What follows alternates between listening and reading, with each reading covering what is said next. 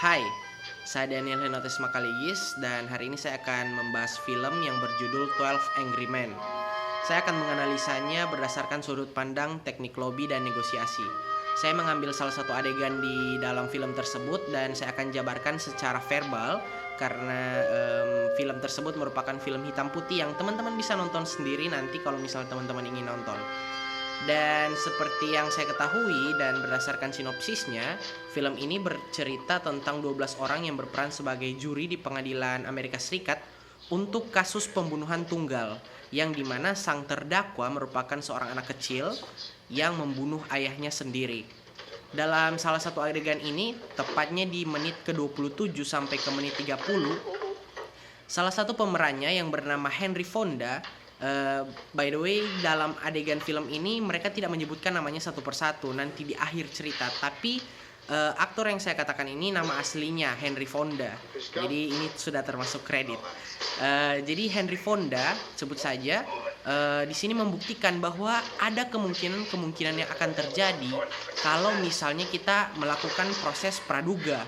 Kalau misalnya dalam adegan ini, sebenarnya menurut saya itu bukan sebuah teknik negosiasi ataupun lobby, tapi lebih ke saling ambil pendapat untuk meyakinkan bahwa anak ini harus dihukum atau tidak.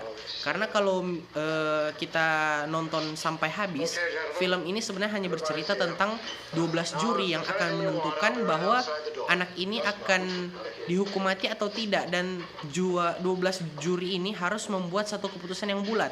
Nah, disinilah proses negosiasi dan juga adu pendapat itu terjadi. Dan khusus saya mengambil di menit ke-27 tersebut, adegan tersebut menggambarkan bahwa ternyata di salah satu adegannya itu ada pisau yang sama mirip, dan kemungkinan anak itu bukan pelakunya.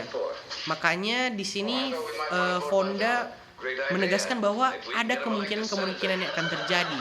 Tadinya beberapa pihak itu tidak percaya kalau misalnya akan terjadi perpecahan suara dan lain sebagainya. Tapi pada akhirnya mereka perlahan, yang tadinya Henry Fonda itu tidak setuju bahwa anak tersebut harus dihukum mati, akhirnya yang pertama dia sendiri akhirnya menjadi 3 orang, dan ujung-ujung di akhir film itu menjadi 11 lawan 1 orang. Akhirnya Henry Fonda berhasil untuk mempersuasi mereka supaya sependapat dengan dia berdasarkan fakta-fakta yang direka ulang.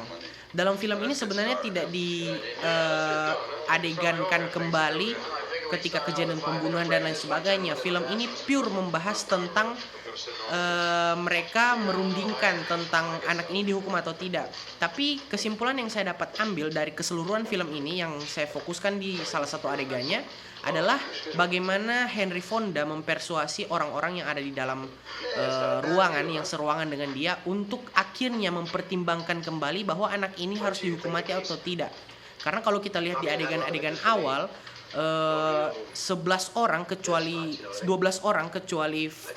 Henry Fonda ini, mereka langsung sepakat untuk menjatuhi anak ini hukuman mati dalam bentuk tegangan kursi listrik, seperti itu kira-kira. Dan akhirnya dia mengajak untuk berdiskusi. Karena kalau kita lihat lagi setelah cerita berlanjut terus menerus, mereka ini memiliki kesibukan masing-masing. Sebenarnya teknik negosiasi yang dilakukan oleh Henry Fonda ini hanya sekedar untuk mengajak mereka berdiskusi kembali untuk menjatuhkan hukuman. Dan pada akhirnya mereka Henry Fonda membuat mereka itu menjadi orang yang berpikir kembali untuk menjudge orang, untuk menghukum orang. Dan kalau teman-teman dari tadi melihat saya berbicara, back sound-nya itu adalah film ini sendiri. Jadi untuk teman-teman yang tertarik untuk menonton film ini, silakan nonton sendiri dan mereka adegan kembali. Dan terima kasih, kurang lebih itu analisa film yang saya dapat sampaikan dari sudut pandang negosiasi. Meskipun tidak terlalu spesifik, tapi saya harap dapat menjawab kebutuhan pengetahuan teman-teman dan juga dosen penilai. Terima kasih, selamat malam.